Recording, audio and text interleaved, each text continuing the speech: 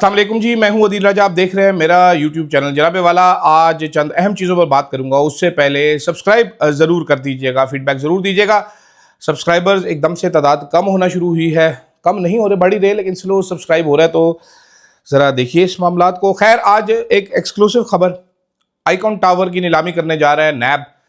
ये barrier town का है जी, 26 अरब रुपए का एस्टिमेट लगाया इन्होंने कि जी 26 अरब का ये आइकॉन टावर है। लेकिन आइकॉन टावर है किसका, एक्सक्लूसिवली आपको कुछ डिटेल्स शेयर करूंगा जो कि मेरा ख्याल है नैब को मालूम भी है, तो उस पर बात करेंगे।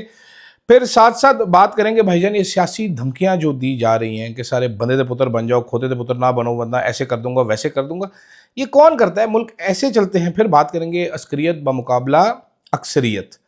ठीक है, अब इस्टेब्लिशमेंट इतनी भी मासूम नहीं है जितना कि सुहेल वड़ाइच साहब हमारे प्यारे दोस्त ने बताया है। लेकिन सबसे पहले शुरू करते हैं इमरान खान से। माफ़ी मांगो, ओ इमरान खान माफ़ी मांगे। अच्छा, काफ़ी सारे लोग अभी कह रहे हैं कि जनाब ये इस्टेब्लिशमेंट की शदीद तरीन ख्वाहिश है कि इमरान खान फ़ौरन से पहले माफ़ी मांगे और किस्सा ख़त्म करे, माफ़ी मांग के अपने गुनाहों का एतराफ़ करे। इमरान खान साहब कहते हैं माफ़ी मेरे से मांगनी चाहिए। तो कल मैंने तहरीक इंसाफ के एक दोस्त थे, उनको मशवरा एक मुफ्त का भेजा।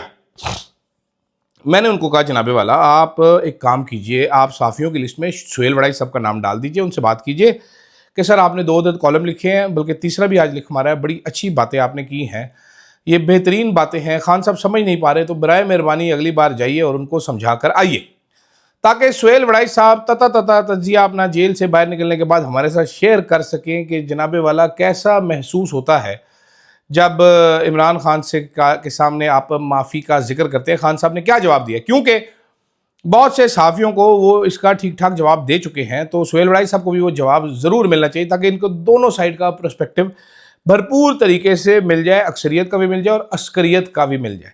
ये सुहेल वड़ाइच साहब वही हैं जो पहले बताते थे कि जनाब मकबूलियत और कबूलियत में फ़र्क होता है, सब कुछ हर आमिर के, ये मुझे यकीन है, जो ताकतवर होता है उसके गोडे पकड़ते हैं। इनके सारे ताकतवर दोस्त होंगे, इसी कामयाबी का इसी तरह राज है, वरना मेरी तरह बैठ के वेले किस्म के वीलॉग कर रहे होते।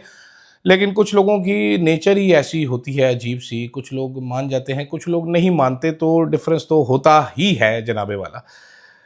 तो मेरा मशवरा ये था, मालूम नहीं तहरीक इंसाफ इस पर अमल करती है कि नहीं करती, लेकिन ज़रूर इमरान खान से 5-6 सहाफ़ी भेजें ताकि वो सब उनको मशवरा दें, जितने भी ये दगड़ दले हैं, कि जनाबे वाला माफ़ी मांग लें, ताकि पता चल जाए और हमें भी ये पता चल जाए कि माफ़ी इमरान खान साहब ने मांगनी है। इमरान खान साहब से 8 फरवरी का इलेक्शन चोरी करने की मांगनी है, औरतों के घर, बच्चों के घर तोड़ने की मांगनी है, जाली केसेस की मांगनी है, इद्दत केस की मांगनी है, तोशा खाना केस की मांगनी है, अलकादे ट्रस्ट केस की मांगनी है, तोशा खाना 2 की मांगनी है, इनके ऊपर ओन चौधरी से बयान दिलवाने की मांगनी है माफ़ी, इनके निकाह तोड़वाने की कोशिश करने की माफ़ी मांगनी है, इनकी पार्टी तोड़वाने की माफ़ी मांगनी, काफ़ी सारी माफ़ियाँ मांगने की ज़रूरत है।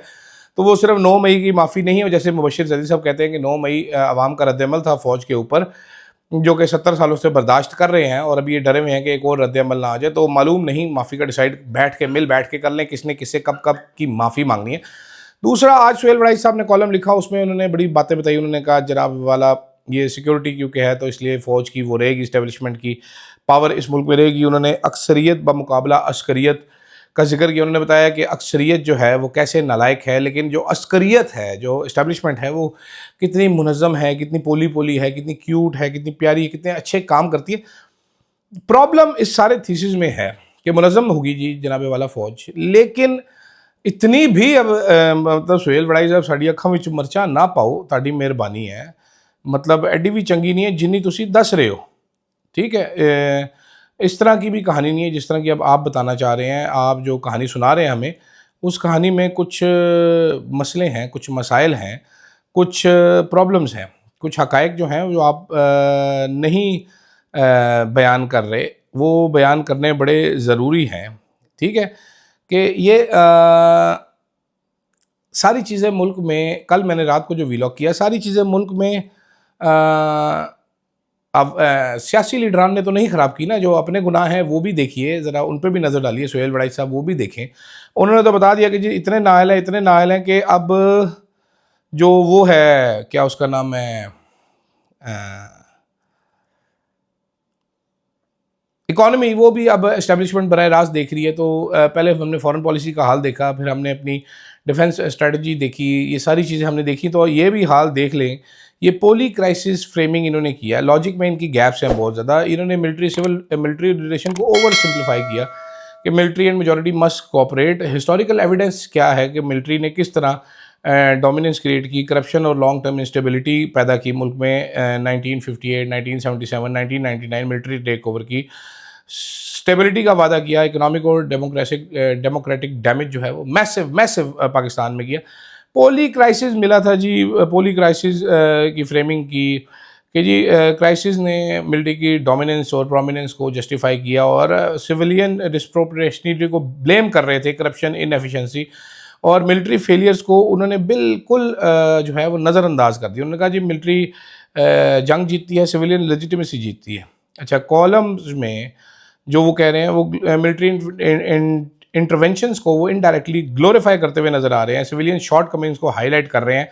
Military miss management social domains, economic domains में उसके ऊपर सुहेल वड़ाई सब कोई बात नहीं कर रहे और वो कह रहे हैं सिविलियन सुप्रीसी थियोरी में तो काम करती है लेकिन सिविलियन स्पेस श्रिंक हो रहा है, इसको इंडोर्स करते हुए नजर आ रहे हैं। तो कॉग्निटिव डिसोनेंस है उनकी राइटिंग में, बड़े मुश्किल से मैंने ये लफ्ज़ ढूंढा है बेहतर, वैसे बेसिकली वो खच मार रहे हैं, मैं ये कहना चाहता हूँ। ठीक है, उसके बाद डेमोक्रेटिक फ्रेजेस, अस्करियत और अक्सरियत हाथ मिलाकर चलेंगे तभी एक फलाई रियासत बन सकती। अच्छा, अब ये रोमांटिसाइज कर रहे हैं कि शेयरिंग कर ले। भाई आप तो आइन की बात करना चाहते हैं ना, तो आइन क्या कहता है? आइन तो शेयरिंग के किधर जिक्र नहीं करता, तो कैसे हाथ मिला लें? जिनका काम है रूल करना वो रूल करेंगे, जिनका काम डिफेंस करना वो डिफेंस करेंगे, या तो आइन बदल लें फिर आप आगे जाके, यही हो सकता है जनाबे वाला। खैर और भी बहुत सारी बातें हैं तो, लेकिन जितना रोमांटिसाइज और जितना सादा इन्होंने किया है सुहेल वड़ाई साहब ने, इतना है नहीं है। ठीक है, अपना ओपिनियन उन्होंने अपनी ख्वाहिश को एनालिसिस का पर्दा पहना के दिया है, जिसमें ग्लोरिफिकेशन की है मिलिट्री की, अंडरमाइनिंग डेमोक्रेटिक प्रोसेस किया है। रियलिटी में ये है कि पाकिस्तान की इंस्टेबिलिटी सिस्टमेटिक है, ये सिविलियन इनकॉम्पिटेंस नहीं है, ये मिलिट्री ओवर रीच की वजह से। और मिलिट्री ओवर रीच को जब आप एक्सक्यूज़ कर देते हैं सारे में से कि जरा ये तो मजबूरी है, देखें करना पड़ेगा, तो आप फिर मिसलीड्स कर रहे हैं रियल सोल्यूशन की। Strong institution, rule of law, accountability, कानून, आइन, ये सारी चीज़ों पे बात नहीं करते वड़ाई साहब। आई मीन नाराज़ से हो जाते हैं, समझ नहीं आई कि क्यों नाराज़ हो जाते हैं जी, और ऐसी बातें क्यों करते हैं, चवलियाँ क्यों मारते हैं। आज वैसे अपने आप को जमहूरी साबित करने की कोशिश भी कर रहे थे वड़ाई साहब इस कॉलम के ज़रिए, लेकिन वो आपको मुझे पता ही है कितने एक जमहूरी है। अच्छा, उसके बाद जनाबे वाला फैसल वाडा साहब ने भी कल दी है कि सारे तुरम खान जो बने फिरते हैं वो सीधे हो जाएं, ये हो जाएगा, वो हो जाएगा, फलान हो जाएगा, टमकान हो जाएगा। अब ये भी उसी से जुड़ा हुआ टॉपिक है। मुझे कोई ये बंदा समझा दे ऐसे मुल्क कब चला करते हैं। वो किसी ने ट्वीट किया हुआ था, मैं भूल गया, जनरल मूसा खान का एक कोट था। उन्होंने कहा जनाबे वाला एक कोर कमांडर जो होता है ना, उसकी ट्रेनिंग फ़र्क होती है, उसकी एक आवाज़ पे हज़ारों सिपाही लेफ्ट राइट हो जाते, कोई सवाल नहीं पूछता। ठीक है, क्योंकि कोर कमांडर ट्रेंड होता है, कोई बात ना माने तो उसको सजा दो। इसी कोर कमांडर को जब आप सिविलियन स्पेस में लेकर आते हैं, जमहूरी निज़ाम में लेके आते हैं, सियासत में लेके आते हैं, सियासत में कोई बात ना माने सजा दो तो मसले पैदा होते हैं। तो ये वाडा साहब एग्जैक्टली वही पैगाम दे रहे हैं, और वाडा साहब को पता है बड़े अच्छे पैगाम्बर हैं, इंपॉर्टेंट पैगाम्बर हैं, सीरियस लेना चाहिए उसके पैगाम को। उसी से जुड़ा मेरा अगला टॉपिक है, अब वो बड़ा इंटरेस्टिंग है। वो ये है जनाबे वाला, नैब का एक इश्तिहार है कि बैरिया आइकॉन टावर हमने फ़रोख्त कर देना है, वो मलिक रियाज की प्रॉपर्टी है। किस्मत अच्छी है मेरी, मैंने सुबह ये इश्तिहार जब देखा तो, अब इश्तिहार राना सनाउल्लाह साहब बोलते ना, इश्तिहार मैंने जब देखा सुबह तो मेरे ज़हन में ज़रा चंद साल पीछे चला गया, जब एक फ़ेक अकाउंट GIT केस बना था। वो GIT मंजर आम पर आई थी। अरशद साहब से के साथ काम करने का एक बड़ा फ़ायदा ये है कि मैं दस्तावेज़ात बहुत अच्छे पढ़ लेता हूँ। उन्होंने पढ़ाए इतना ज़्यादा, इतना मैंने स्कूल में नहीं पढ़ा था जितना मैंने अरशद साहब के साथ काम करते हुए पढ़ा। एक एक दिन में सैकड़ों सफ़ात पढ़े और समझे हैं, तो मुझे काफ़ी सारी चीज़ें याद थी। तो जब बैरिया आइकॉन टावर देखा हुआ नज़र आया तो मुझे याद आया कि यार ये JIT में इसका जिक्र था, और एक फ्रंट मैन का जिक्र था, कोई डॉक्टर था, अलास्का था, अलास्कनीसिस था, पता नहीं क्या उसका बड़ा मुश्किल सा नाम था। तो हमने फिर खोज लगानी शुरू की कि क्या था।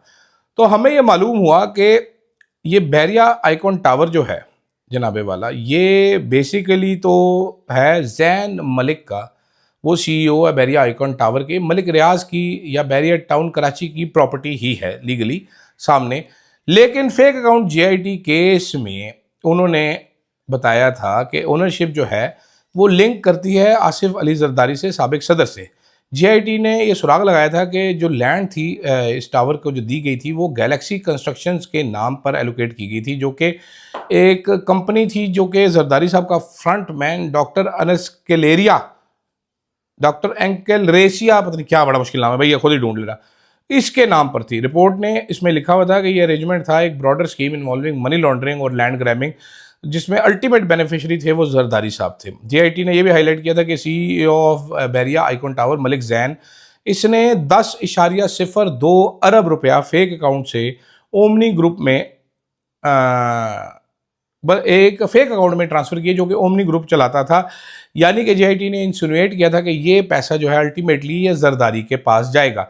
2018 में सुप्रीम कोर्ट ने एसेट्स फ्रीज करने का ऑर्डर दिया था Zardari Omni group Bahria town के, इसमें बैरिया आइकॉन भी था, पेंडिंग फर्दर इन्वेस्टिगेशन।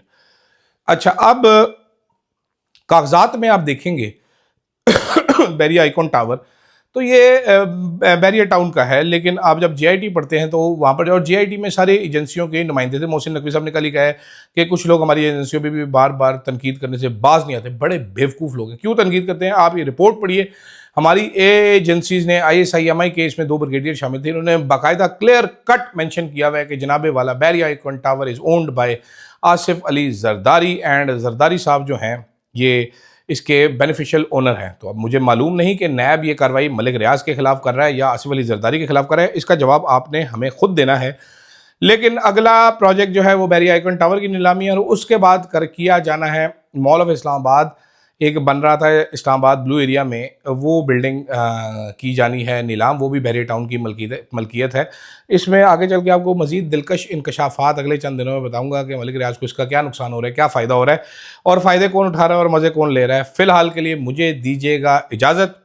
अल्लाह हाफ़िज़।